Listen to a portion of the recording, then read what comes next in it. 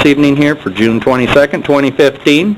Before I invite everyone here to do the pledge with me, if you have a cell phone on, if you'd please turn that off. It goofs up the recording, please.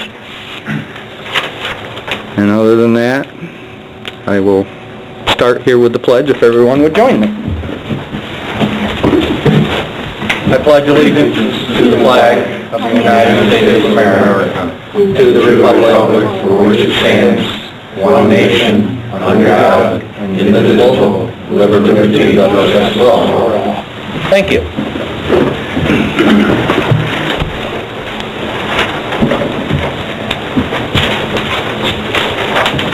We start with roll call, please. Filkins. Here. Champlin. Here. Van Lente. Smith. Here. Peterson. Here. Schichtel. Here. Gregg. Here. Fent. Putvin. Here. We do have a quorum. Thank you.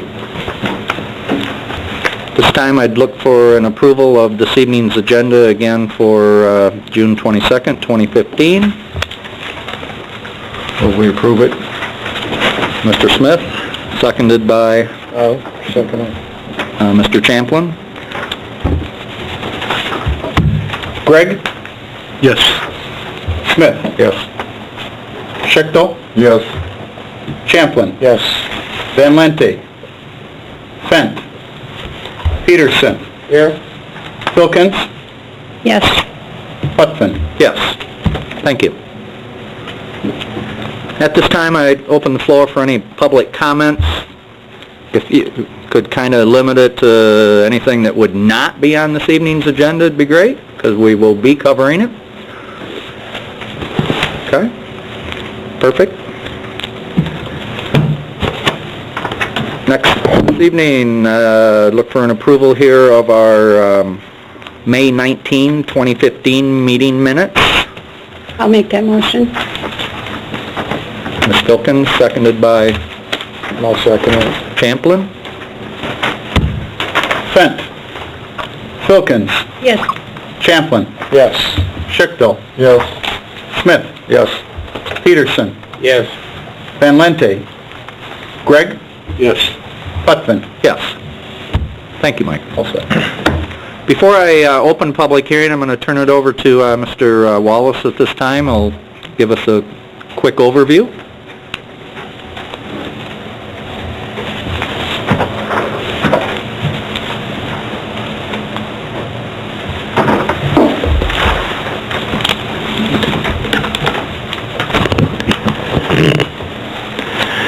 Given that we don't do this very often, maybe every 5 or 10 years, I thought it would be helpful to just kind of quickly review the purpose of the master plan and its relationship to other documents. The master plan, of course, is kind of your long-range planning document. Generally, it's viewed differently in different communities depending on the growth rate, but generally it's seen as guiding growth for a 5 to 10 year period. Some of the things that you do in that document, of course, would be to assess population growth in terms of rates, numbers, but also patterns as well. Other things that are important is to look at the geographic distribution of land, how the different land uses come together and how compatible they are, and how that additional land next to that land may be developed in a compatible way. And lastly, it contains a future land use map, which not only shows the proposed use of land for property already developed, which may stay the same or in some cases may be redeveloped, but it also would show the eventual use that would be proposed for land that currently is vacant.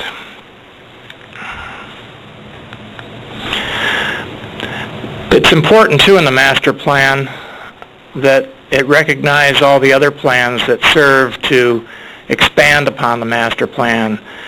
Case in point, the city just recently adopted a recreation plan, and that by reference becomes a portion of the master plan, and it's important for the city to recognize those plans within the master plan so they also become part of the official policy of the city. In addition to recognizing other plans, our plan includes a transportation element, an economic development element as well, and it also contains implementation strategies for all the plan objectives. So it's important to not only say what we're going to build and where, but how we're going to get there and what are the different tools that we might use to implement that plan. The importance of a master plan. Its probably biggest importance is as a supporting document for the city's zoning ordinance. Anytime the city undertakes any action on the zoning, or especially a rezoning, the importance of the Planning Commission or the City Council's action is that whatever decision they make is based on the master plan. If the city were to make a decision that didn't take into account what the master plan said, it might be viewed by the courts as arbitrary or capricious, and might be you'd have a hard time sustaining that decision in court. So the master plan is a very important document in that it really seeks to lay a solid foundation for all your zoning decisions. It also outlines the need for additional studies and ordinances. Again, like I said, we need to know the pathway to get done what we say we need to do in the master plan. That usually requires other studies and ordinances, and those studies are recommended in this plan. It also establishes a framework for prioritization of our capital improvements. Every year we look at how we might spend additional monies on major capital projects. The master plan should be a useful tool for that. And it should have a general priority ranking for projects identified in the plan. So if there's projects from the very simple to the very complex and expensive, it should give us some idea how we might address those and what pattern and what speed. With the current plan, when we last met, there was a concern about being able to see exactly what it is that we are talking about. Since that time, we've taken the text and converted it into a map. As you can see in the gray up on the upper left, the city's, all its industrial growth is clumped together in one area of the city. That includes both long developed industrial property and fairly new expansions to the industrial parks, and it's very good pattern that all that can be located all together and form one type of identity for that area of town. In the center of town, in the dark red, of course, you have the CBD, the Downtown Development Authority area. It's your traditional downtown. We'll focus on the things it's always focused on. Niche retail, entertainment, services, arts and culture, and the like. Extending off of the downtown, in the lighter purple areas, or pink areas, you have North Mitchell and South Mitchell. Again, commercial areas, a little less downtown-like perhaps than the core downtown, but nonetheless a lot of convenient or destination-type retail, perhaps a little bit more dispersed and not quite as walkable as the downtown. And then we also had the one district up along Division, which was kind of a odd combination of maybe some retail, but dominantly residential, but also institutional with churches and so forth. And so we called that section out. It was an area that we discussed last time as perhaps zeroing in on where that area is and what should be within that district.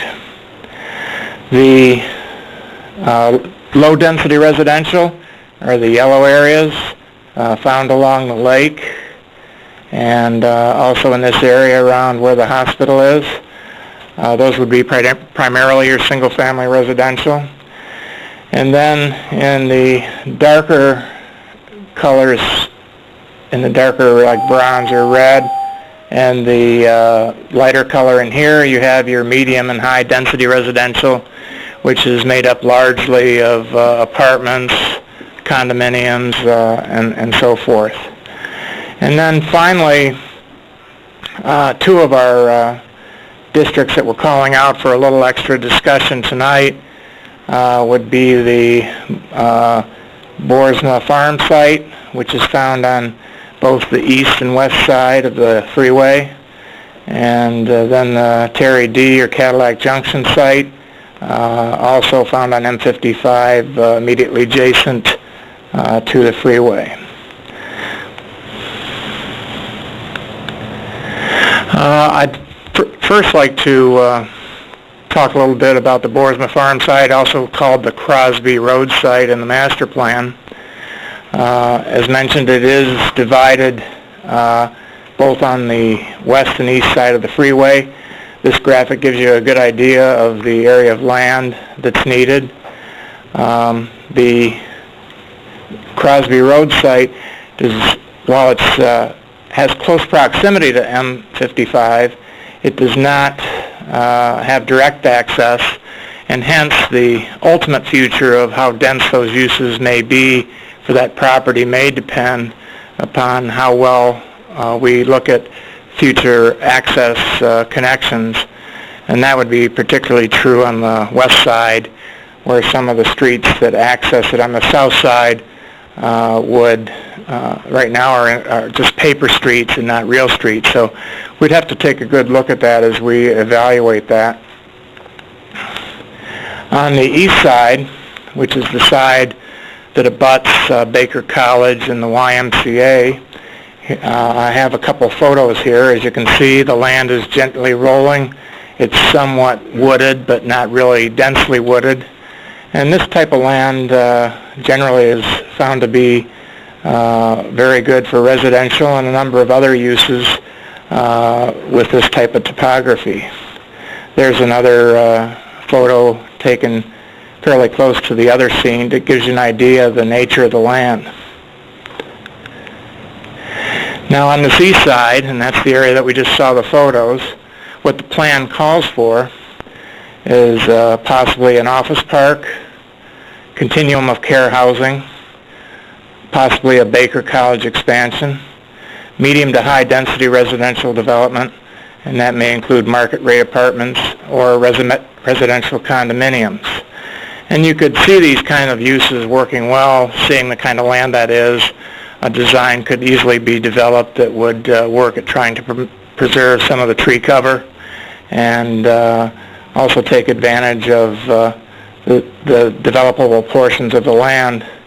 And some of the larger uses might take up the locations closer to the freeway, where the single-family residential may not be as good an idea because of the noise factor.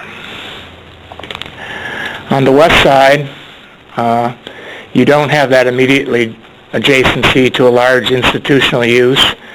In this area, this photo was taken from the back side of Diggins Hill Park, so it gives you an idea the kind of development that you're going through just before you get to this site, which is largely single-family residential.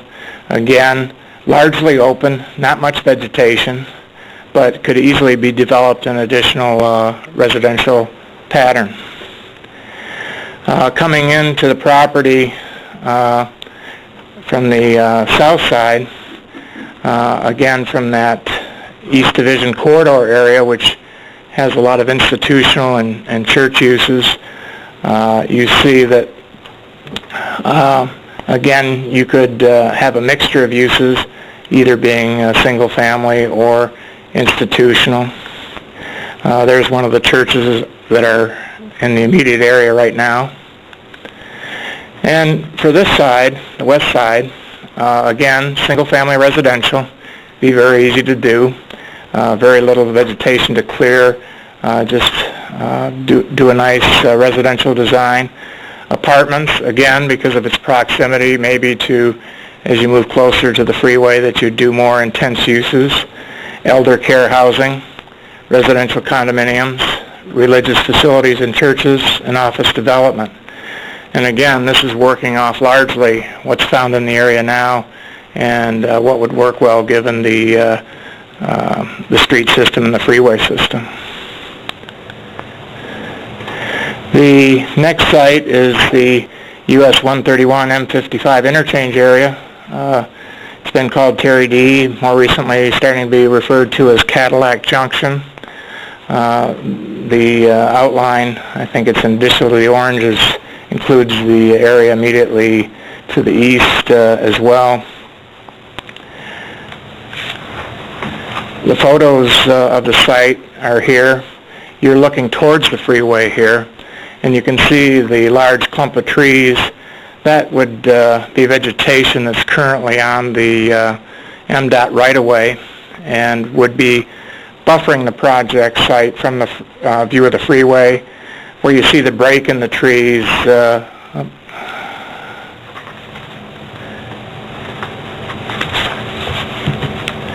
right in this area, would be the only area that you would really start to catch a glimpse from the freeway of the development project, which would take in just a view of the front portion of the site, which may be, say, a hotel or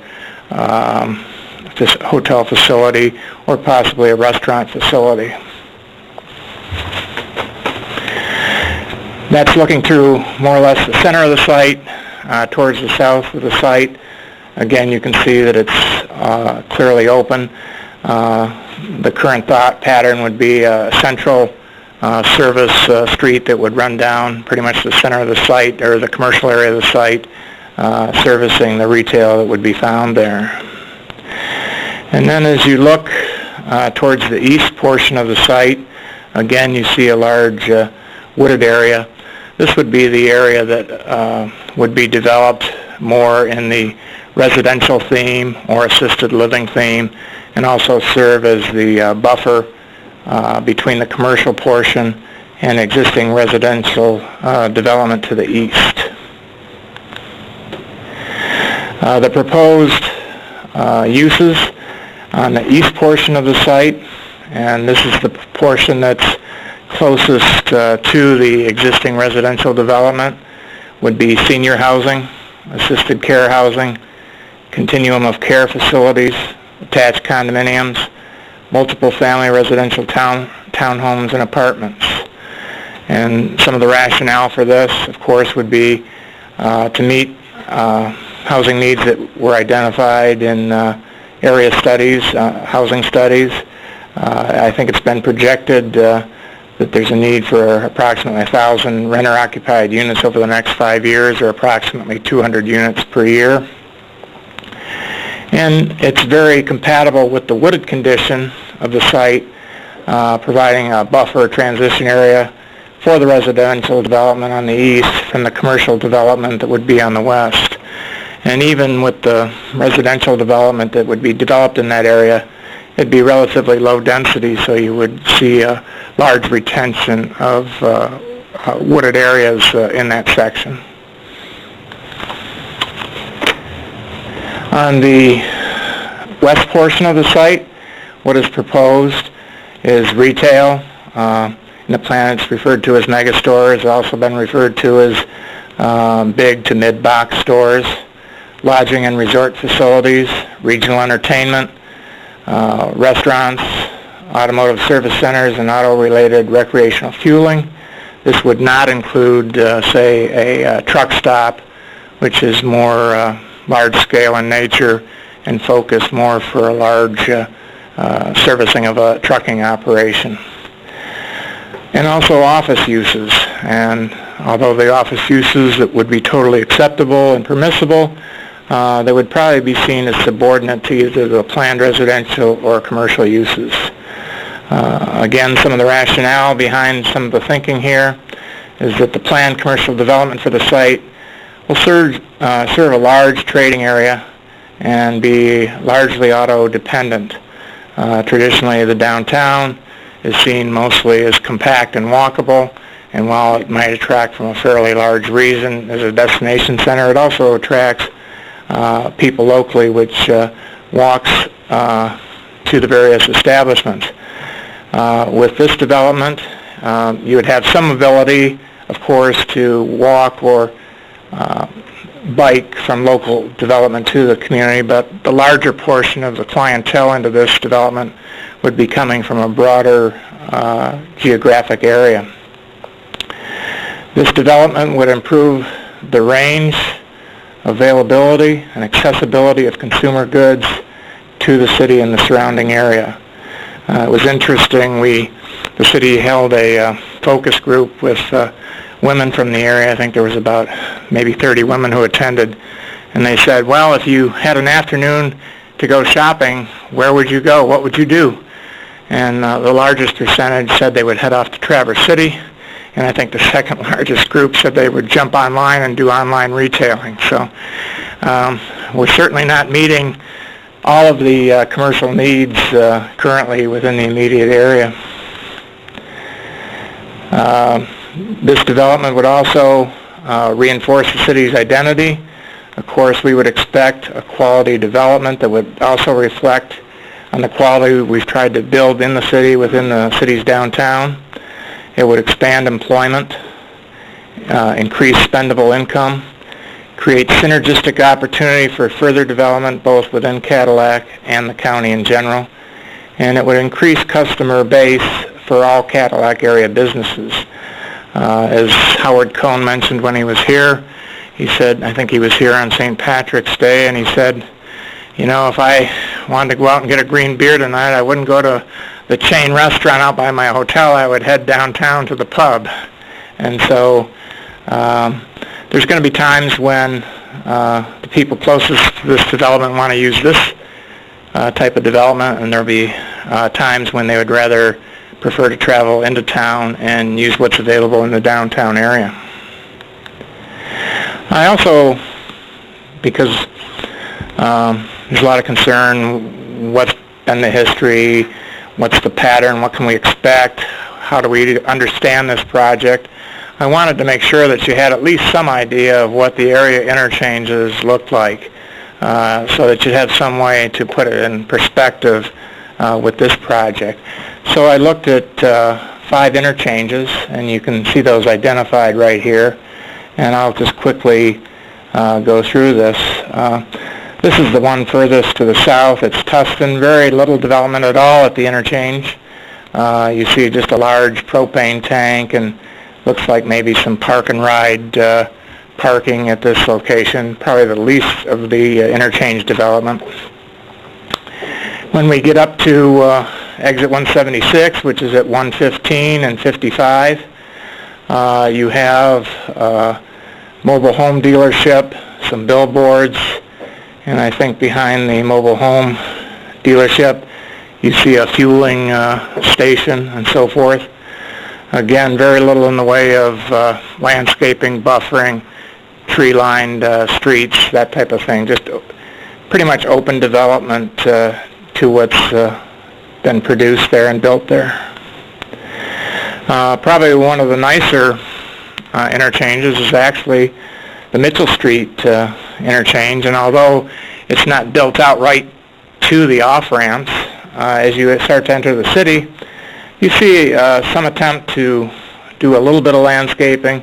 You at least have some separations with lawns, and you see some restaurant and hotel development, and of course this is where the former McGuire's is nearby, now called Evergreen. I think one of the key things to notice too, and then of course you have some big box in the Van Drie furniture operation, but the thing to notice here too is that with all that development there's been very little in the way of traffic congestion. Not that this is exactly what will be at the other center, but you can see that even to the degree that there's hotels and some big box and some resorts now, and this was only taken within the last week, there's not a lot of traffic congestion here. Then I've kind of combined Boone Road kind of with North Mitchell. They're kind of part and parcel of sort of the same district. Quite a different pattern emerges here. The commercial development developed, at least a quarter mile down, maybe a quarter to a half mile down from the interchange, and it was the residential development that actually got sandwiched closest to the freeway.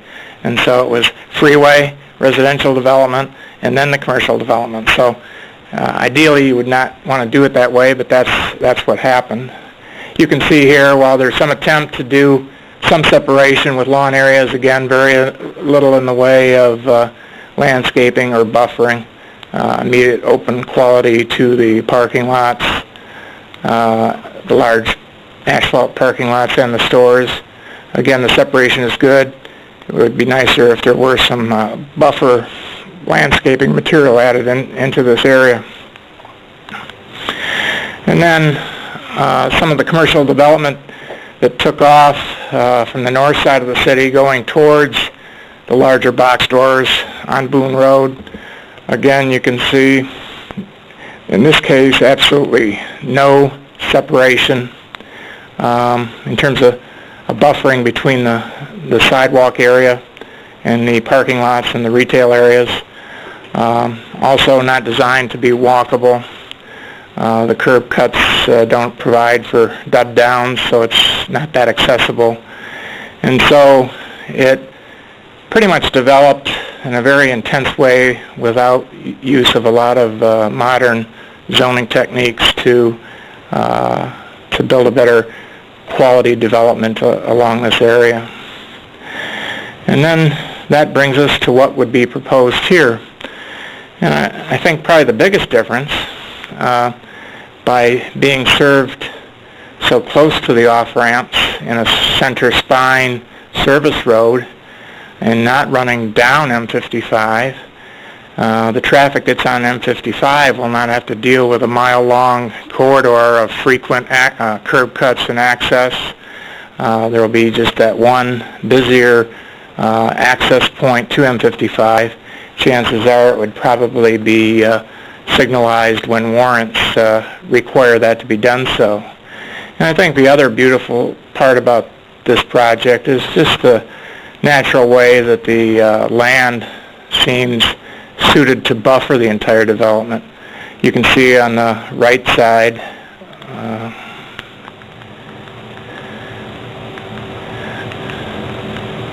in this area, again, this is the MDOT property, and as traffic is coming this way, basically the development is hidden until you're up in this area, which again, you'd only be catching a glimpse of maybe a restaurant or hotel, that type of thing.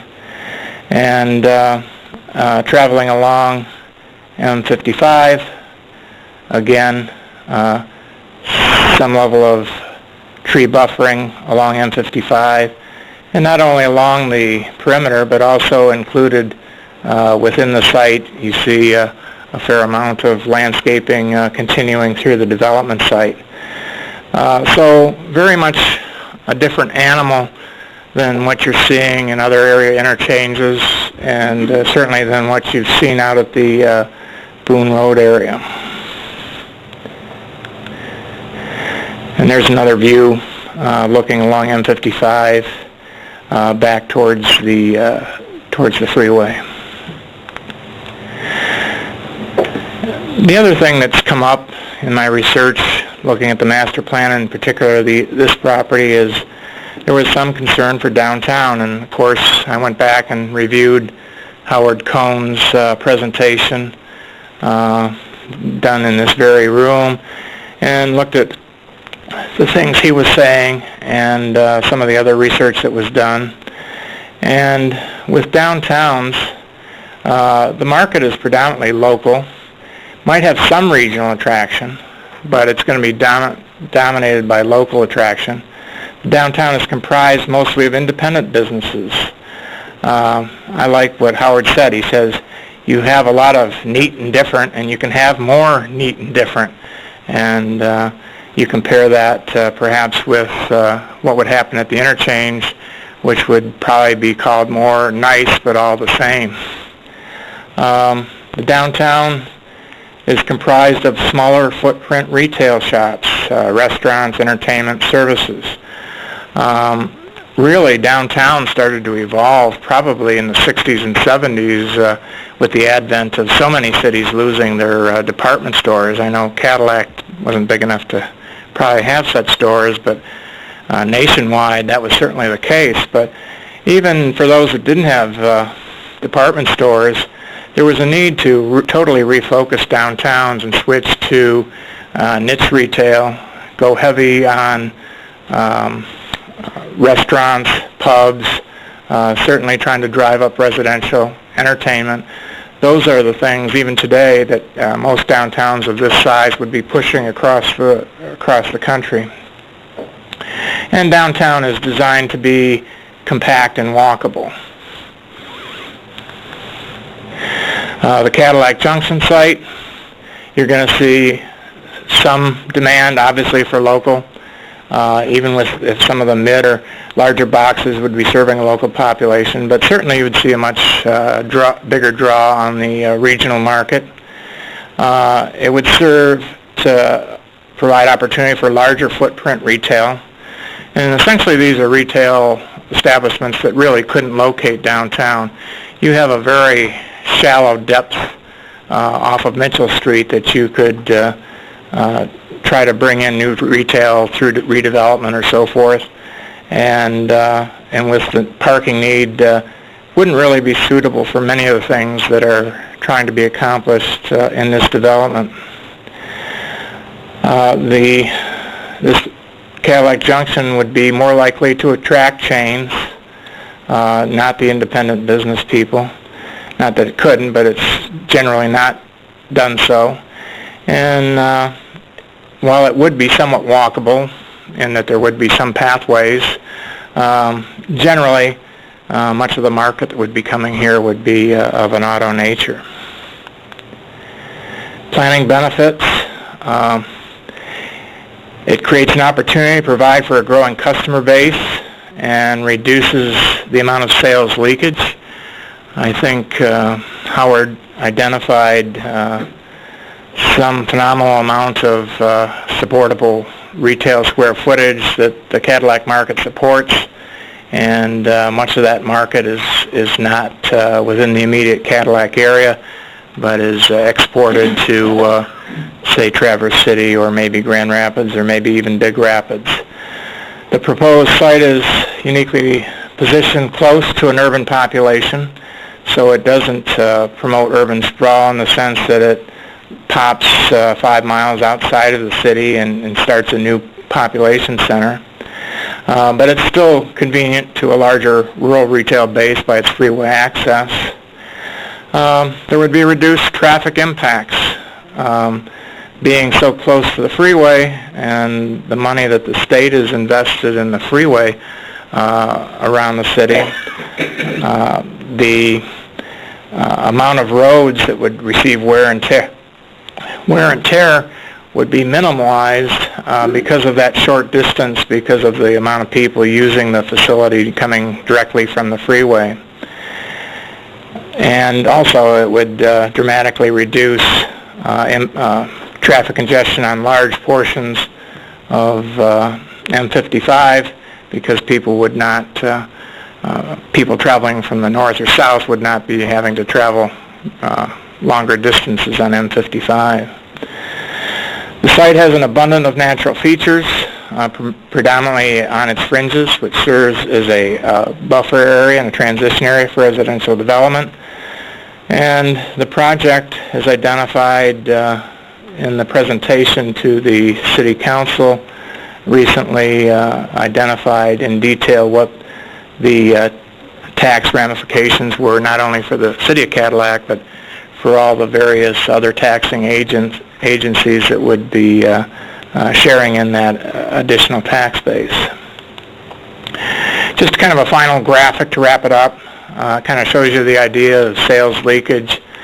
When you think about Michigan cities, while Cadillac isn't in the top tier, it's not in your Grand Rapids, Lansing, Detroit, kind of tier, it certainly is in that next layer, you know, of a Big Rapids or a Midland or a Manistee. And what's common to all these communities is that generally they're trying to attract and drive markets that are good for at least an hour around their prime city center. And in doing so, they're there to serve not only the local population, but also those that might be coming there from, say, an hour and 15, 20 minutes away, is an option of what serves them. And again, there is a fair amount of money that gets lost to the needed area when those sales are exported to other areas. So I hope that gives you kind of a brief overview of kind of what's out there today, and just seeing some visual comparison of this proposed project to the other projects that are out in the ground today. Thank you. Thank you, sir.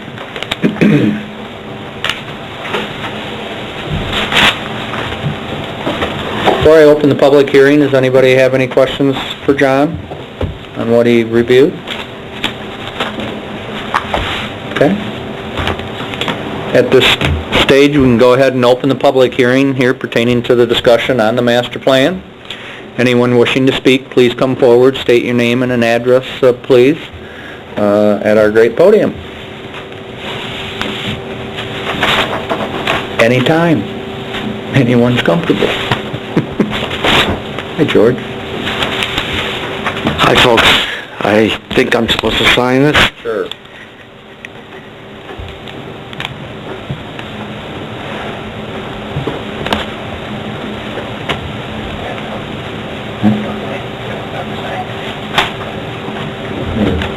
I should have said that.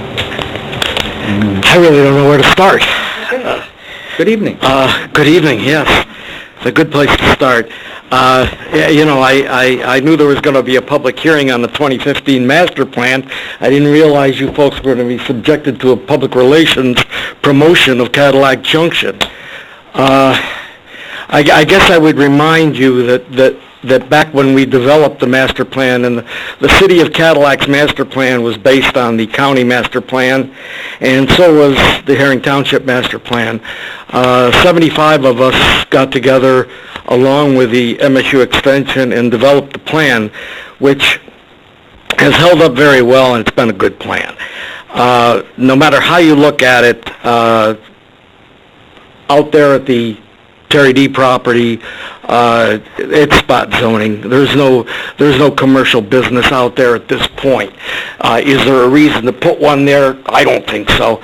But I guess I wonder what you folks are supposed to do looking at the master plan, because you haven't seen a presentation other than the one you just heard, as far as I know, on what Terry D tends to develop out there. I guess I would advise you, you know, if any of you were having remodeling of your home, you'd find out more about the builder, and you'd find out, you'd get some references. I would suggest that you ask them for some references on their commercial developments, because from what I've heard, they haven't been good. You can be promised a lot of things. I can send a letter to Sears Roebuck, and Sears not even answer the letter, throw it away, and yet I can claim I was in communications with Sears. You know, there's nothing signed. When you look at the area and you look at the 55 exit and you look at the Boone Road exit, if I'm a box store, I'm going where the folks are, where the shoppers are. I'm gonna locate my business up where there's plenty of land and there's already commercial development there. So what goes in down on 55? Should you change the zoning from residential to commercial? Basically, what goes in is a gas station, or worse yet, a truck stop, which is what has been proposed. What goes in? 5 restaurants. Do we have use for 5 more restaurants in this area? How about a hotel, and a hotel with a convention center? 2 hotels. didn't think there was a shortage of rooms in the area. So somebody's got to suffer. If this goes in out there, businesses will suffer. Some of you have been told that, boy, this will bring a lot more people to your businesses downtown, whoever has a business downtown. Doesn't work that way, folks. I mean, if that were the case, Johnny, you'd want 2 or 3 more appliance stores in the outlying areas so that you would have to take your money to the bank in a wheelbarrow. I don't think you've seen that happen, and all you've had so far is ABC Warehouse and Home Depot as far as appliances go. You felt the impact. Hasn't helped you at all. It hasn't helped any of us. Would the restaurants downtown gain anything from this? No. Green beer, one day a year. One day a year. No downtown business is going to thrive on something like green beer one day a year. You've got to have business that comes in all the time, is steady. So, you know, I would suggest that what you're looking at is basically a sham. You're looking at projected $250,000 worth of increased tax revenue for the city of Cadillac within 5 years. Based on what? We don't have anything concrete that we can look at and say, okay, this is going to come here, that's going, this is all pie in the sky, it's all conceptual. The pictures you saw, conceptual, nothing factual. So what happens? There's nothing to say that if you enter into an agreement with this developer that any of this will ever happen. There's nothing to stop them once they get city sewer, once they get city water, and once they get rezoning. They could turn around and sell the property and walk away with a profit, and they'd have nothing to do with it.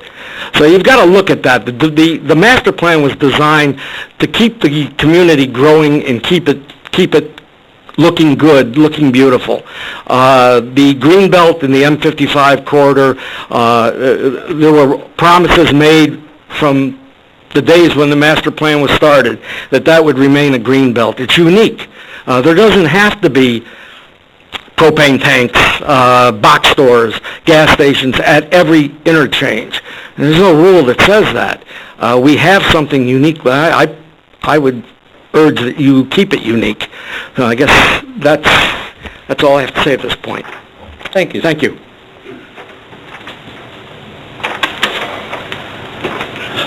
Hi.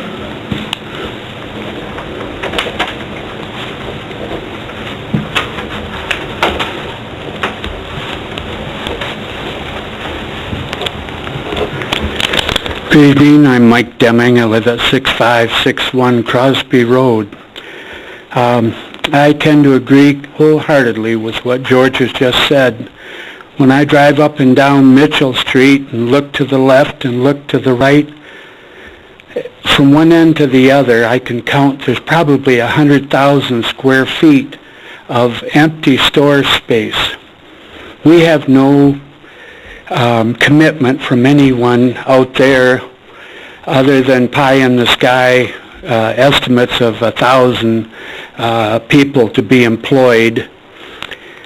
And the whole purpose of a master plan, as I understand it, is to stick with the plan, to take this with forethought and present it, and once it's approved, stay with it.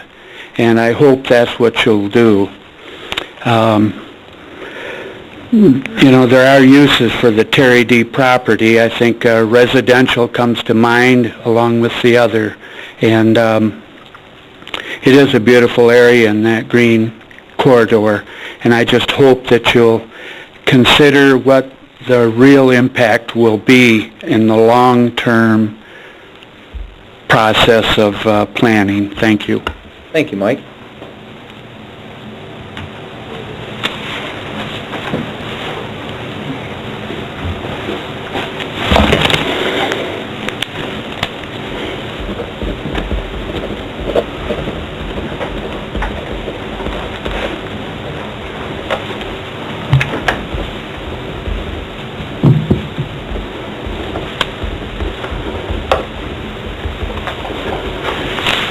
Good evening.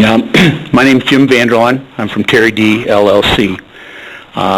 Last week I mailed each of you a preliminary and conceptual information with regards to our project, and I hope you received it. If not, I've brought extra copies along with me to give those to you. As you know, we have not submitted a formal application, but we have reviewed your proposed amendments to the master plan and believe our project will fit nicely in with your proposed amendments to the master plan. We look forward to working closely with the Planning Commission to refine the project, which will result in millions of dollars of new taxable value and hundreds of new jobs. Our commercial and residential development will be self-contained, professionally landscaped. We will be working closely with you, the Planning Board, and Michigan Department of Transportation on all details. Within your information is a list of prospective commercial tenants. All on the list have been contacted, and many have been on site. We are planning a 120-unit luxury apartment living center with a wooded walking, jogging trail. We are also planning senior living centers, independent and assisted. As abilities warrant, residents can move from the independent living units to very comfortable assisted living units without leaving familiar surroundings. Terry D. is bearing all the cost of providing water and sewer to the site. We will make roadway improvements. Some of the issues that you have heard, and we have heard concerning our development: directional lighting. Lighting engineer specialists will use LED lighting, shields, modern technology to neutralize the impact. Soft lighting directed down. Buffer areas currently exist. We are also providing an easterly 100-foot wooded buffer by our residential area. When we make our formal presentation to this board, we will demonstrate the views and distances from various angles of the development and all other details. Traffic. We are working with MDOT, center turning lanes, deceleration lanes, stoplight. MDOT is in control of what is required. We look forward to working closely with the board to make the project the best. And some of the comments here tonight, I wholeheartedly invite you to come and look at some of our commercial developments. I welcome that. I welcome you to come and look at our apartment developments. I welcome that. This is not pie in the sky, where we're investing an awful lot of money for pie in the sky. We're paying for all the infrastructure here. So, yes, we do not have any commitments other than a gas station C-store operator, the number one gas station C-store operator in the country, ExxonMobil, the number one. We're not asking for fly-by-nights to come into our development. So we truly would invite you down to Grand Rapids, come over to Lake City and look at the commercial development that I have over there or what I've done up in Grayling. So we invite you to do that.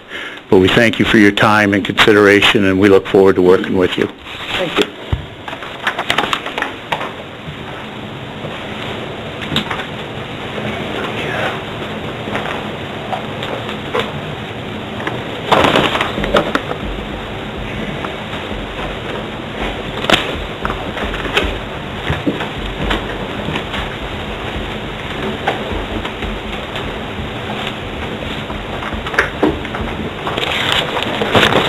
Good evening. Hi. My name is Jim Brower. Excuse me. My name is Jim Brower. I live at 4379 Bower Road in Hudsonville. I've had the opportunity to be an employee of Cucci Companies, of John Senior's companies, on developing and on the construction end and on the maintenance end. Things that were always stressed to me as an employee was do it right the first time. Follow the city's process in zoning. Follow all the developing codes and regulations. Build according to current construction codes. Treat all local authorities and inspectors with respect. Maintain and care for the properties that we build to the highest standard. When it comes to vacant land within a development, keep it mowed, keep it weed whipped, keep it sprayed if necessary. Working with and observing John Cucci's companies over the years, I have seen how the developments, no matter what they were, whether it be apartment complexes, condominium projects, single home family plats, single family homes, office condo buildings, and the like. I have seen all of these become a huge asset for the communities and cities that they serve by job creations and tax revenues. I have seen how the developments have become an investment in the community, and I am proud to work for them. Thank you. Thank you, Jim.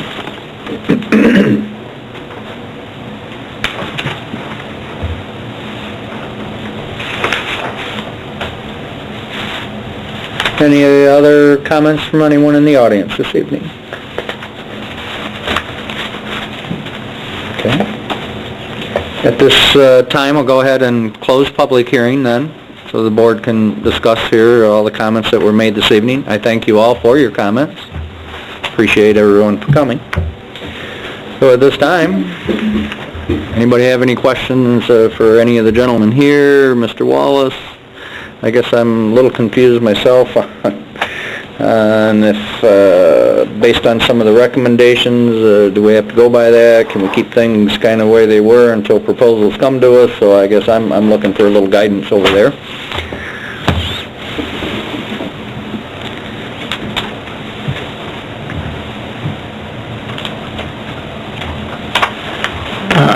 I guess I'm trying to clarify your question. Well, our master plan does have a number of changes, and I didn't know if we needed to jump into that with both feet or not, I guess, so.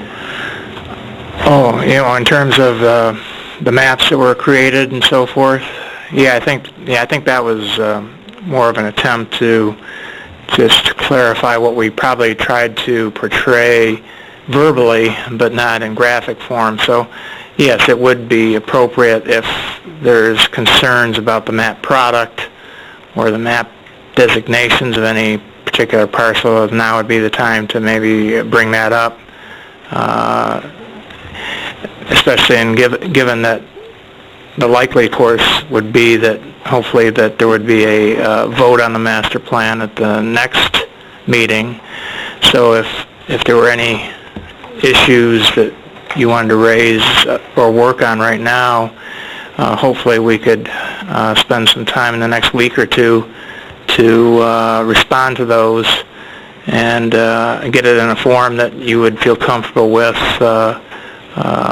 closer to an adoption form of the plan by next meeting. Okay.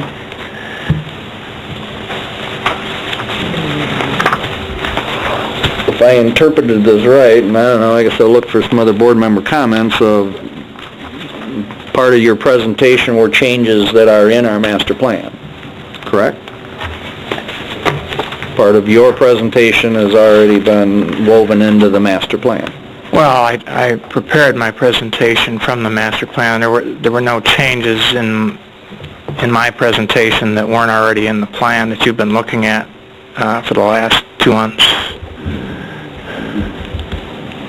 Changes were the maps and... The changes were the maps, and essentially, although the maps weren't in there, I think the earlier versions attempted to describe those areas verbally in text form, and then by virtue of the meeting where there was some confusion about what areas were meant, I went back and created the map to help facilitate that understanding. Mm-hmm.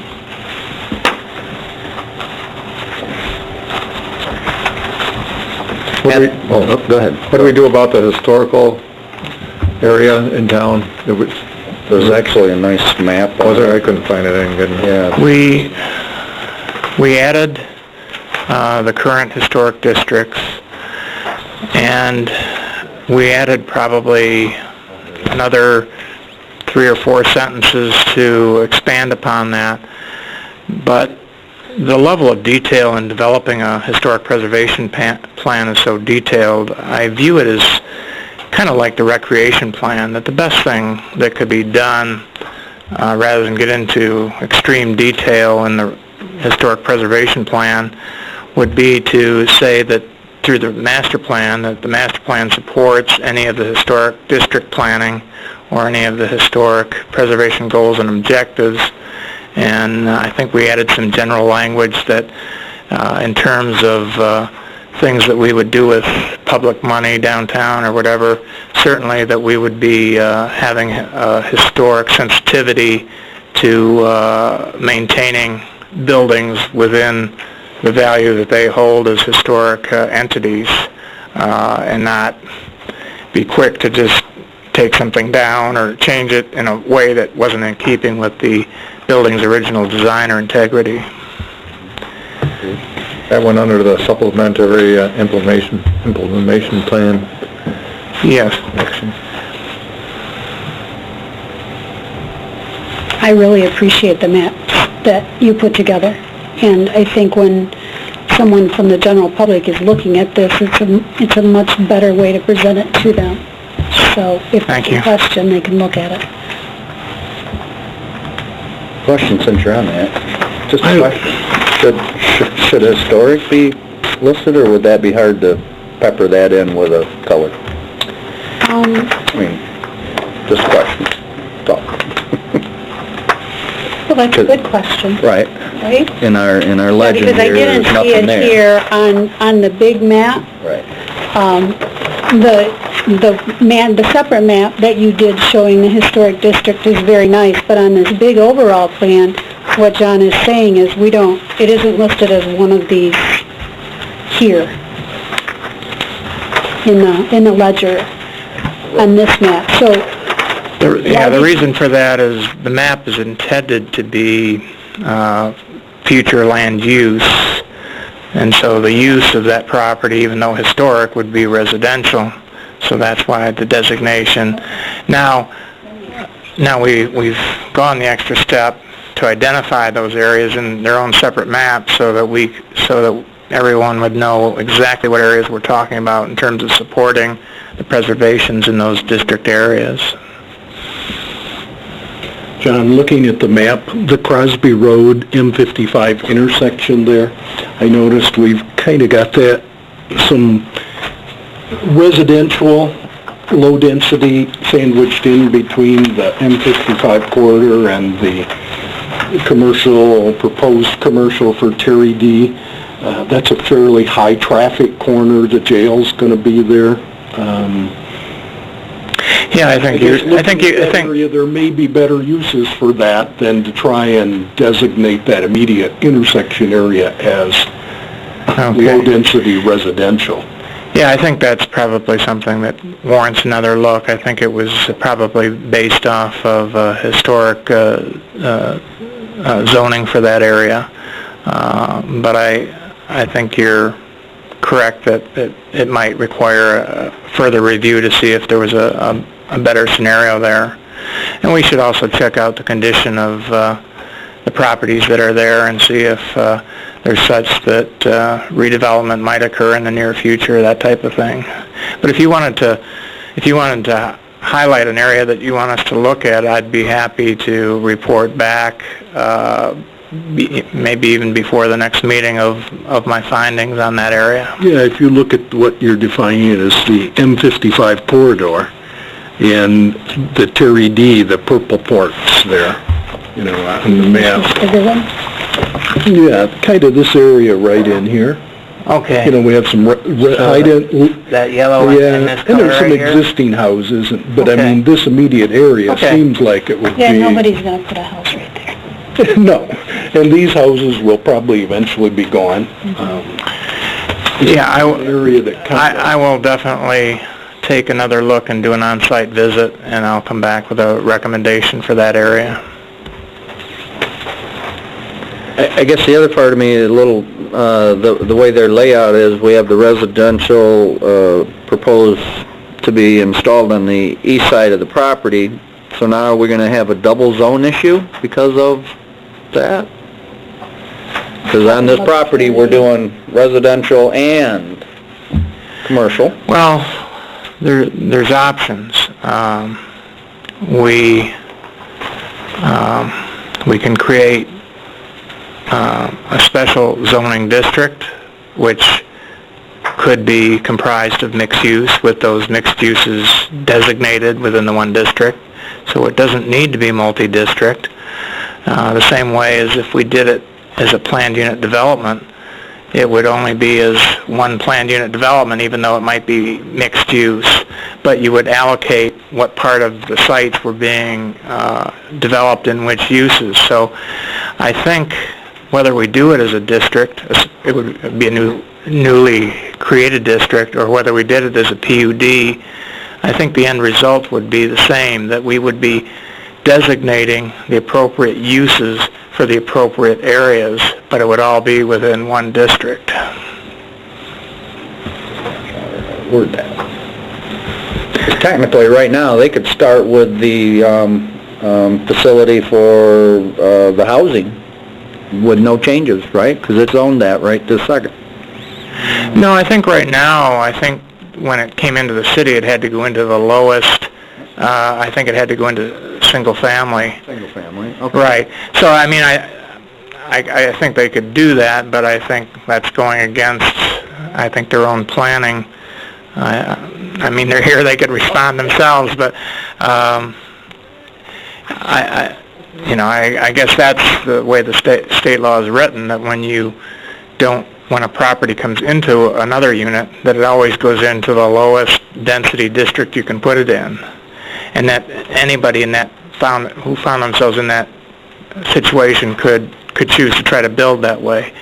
I don't see where it's to their advantage to do so, especially if what they would like to do is largely in keeping with the direction that we're headed as well.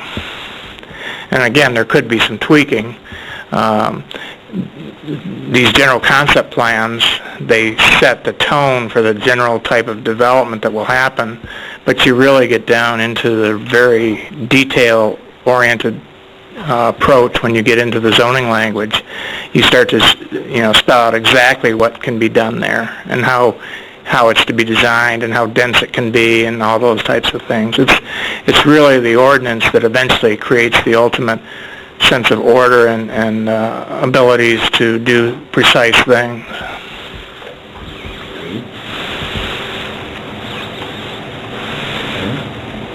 Anybody else have, I guess, questions here for John and/or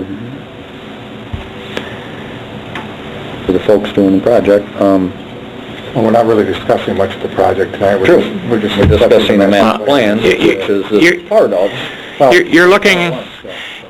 You're reading the text, you're looking at the maps and saying, between the maps and the text, the kinds of uses that are being identified, and again, they're not being identified with a precise density, they're being presented in a concept form, is that the general nature of the type of development that you feel is appropriate out there. You'll get a chance, another round, to fine-tune it, and get it to be exactly what you want when the rezoning would eventually occur. Okay, so right now that's not on our plate. The project plan itself, can change. What we're not talking about changing is the general direction of the types of uses in the areas that we've talked about them being in general. Okay, I'm good with that. Anybody else? Okay. Perfect. What do you need us to do next, kind of, sort of? Well, unless you want to have me direct me to look or reassess anything, I guess my plan right now would be to look at that one area and see if I would like to bring forth a different recommendation for that one area. But we don't really need a motion tonight. That motion would come at your next meeting in terms of your action to take action to approve the plan. That'll obviously give us time to resolve that one area.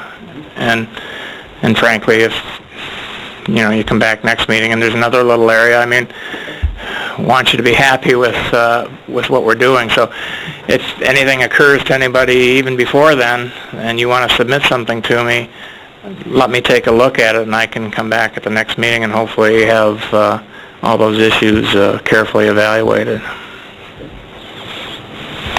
Since this is just a draft, I only found one kind of maybe typo.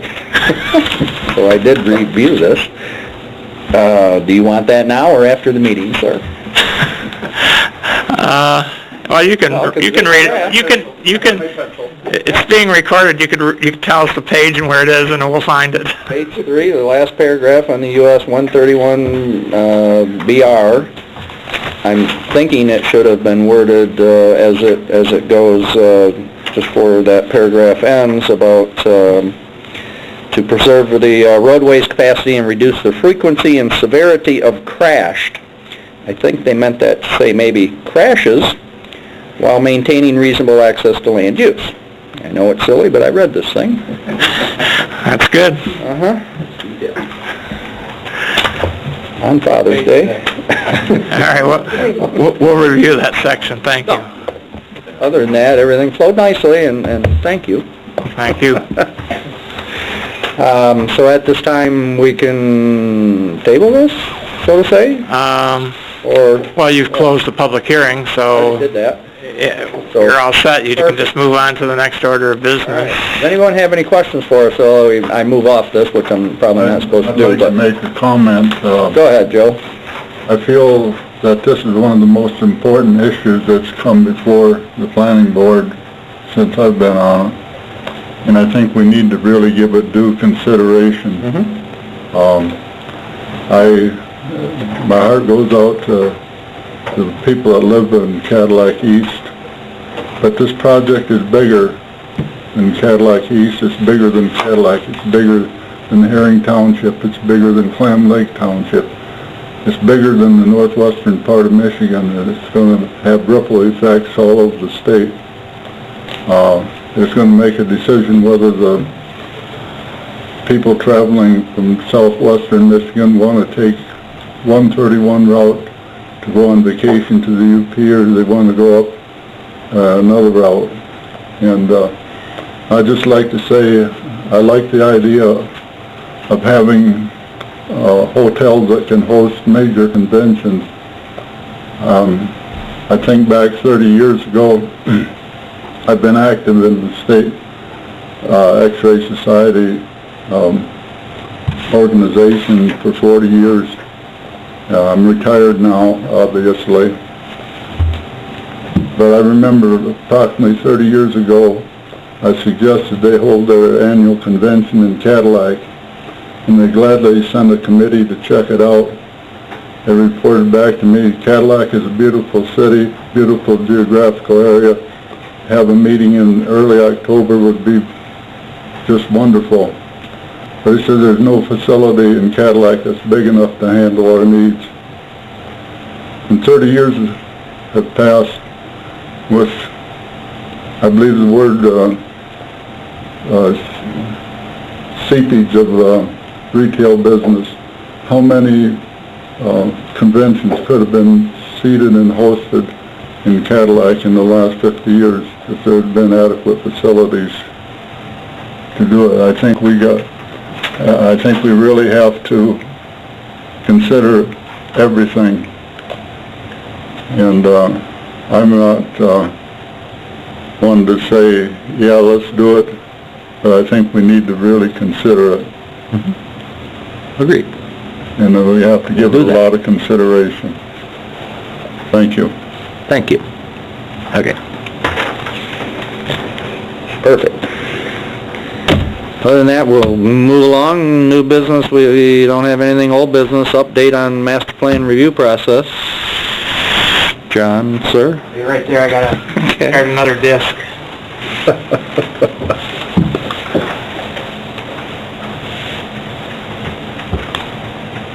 Or I could give, if you guys want to stay, that's great, but if you don't want to, you could leave while John's doing stuff. We're just going to review other stuff. Not a lot, so just give you that opportunity in case. We're great to have people here. We don't normally get people here, so we're good.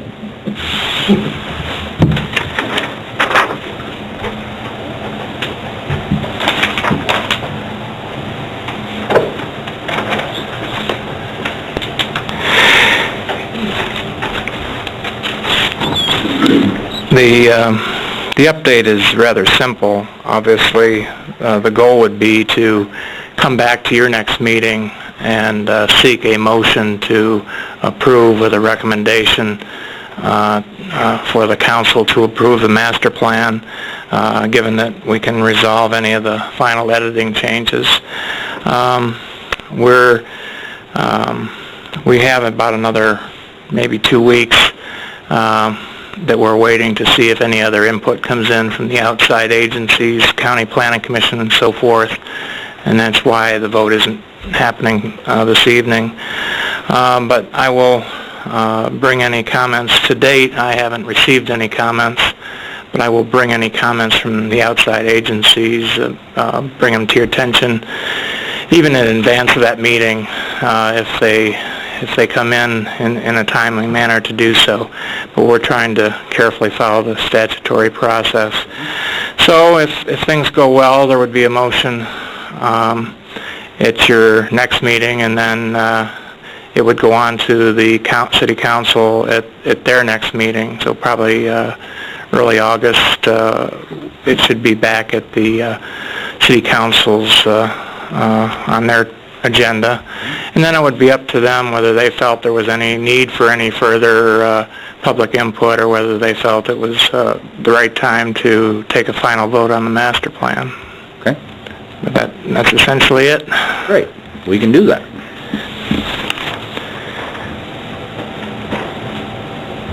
Any questions for John? We're good. Good? Perfect. If we have no tabled item, that's good. Board member comments. Anyone comments this evening?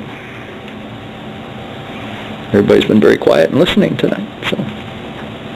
Except Joe put in 2 cents. That was good. Any other comments from board members this evening? That being a no, moving right along. Any public comments yet? Last chance for a hurrah. I have a question, John.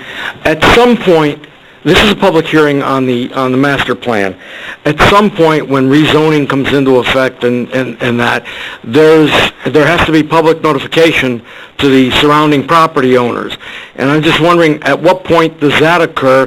And does it also involve surrounding property owners that are outside or across the road from? Because as far as I know, it's within a certain amount of a certain distance. Mike, can you answer that, please? I want to say yes, but... Notices will be sent to every property owner, basically within 300 feet of any direction of the property. There will also, of course, be public notice in the paper. That will all be at least 15 days prior to the public open to the public. So the standard is 300 feet. The city historically, for example, they also will send it to like CAPS. They just historically will do something like that, but 300 feet. So probably specifically in George's is, okay, some of the folks technically are not in the city where this property is. They're not in the city, they're still going to get it. Okay, perfect. So the people across M55, Yep. people in Point East, all of them are clearly within 300 feet of the property. Okay, great. Does that answer your question, George? It does, thank you. Yeah. Any other public comment this evening before we leave? Wonderful. Thank you, everyone, for coming this evening, and we're out.